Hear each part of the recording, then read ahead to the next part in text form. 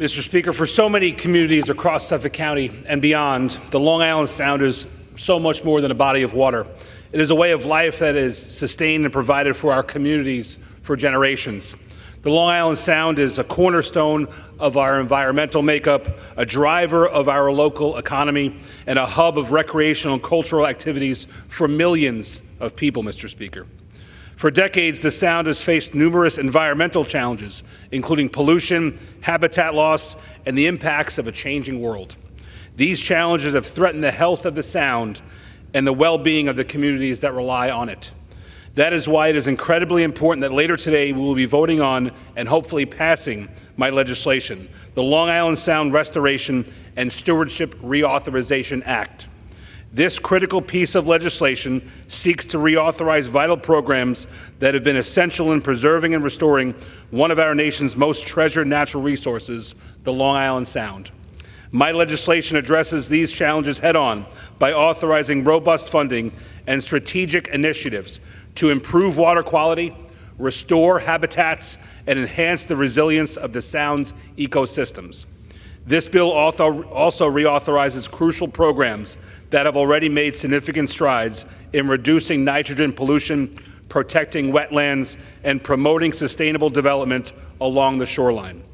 This legislation is not only about environmental protection, but investing in the future of our communities and the people who rely on the Sound. By continuing to safeguard the Sound, we are supporting the local economies that depend on tourism, fishing, and other maritime industries. We are also ensuring that future generations can enjoy the natural beauty and recreational opportunities that the Sound offers.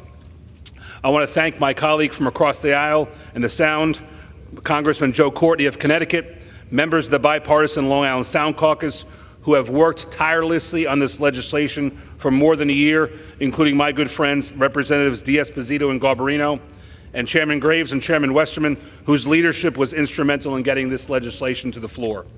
Our collective efforts reflect a shared commitment to the health and prosperity of the entire region.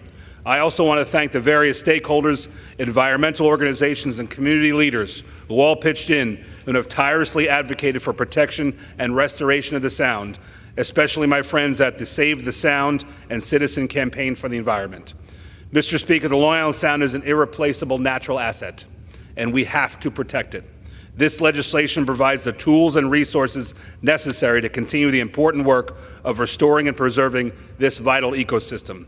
I urge my colleagues to join me in supporting this bill and reaffirming our commitment to the Long Island Sound.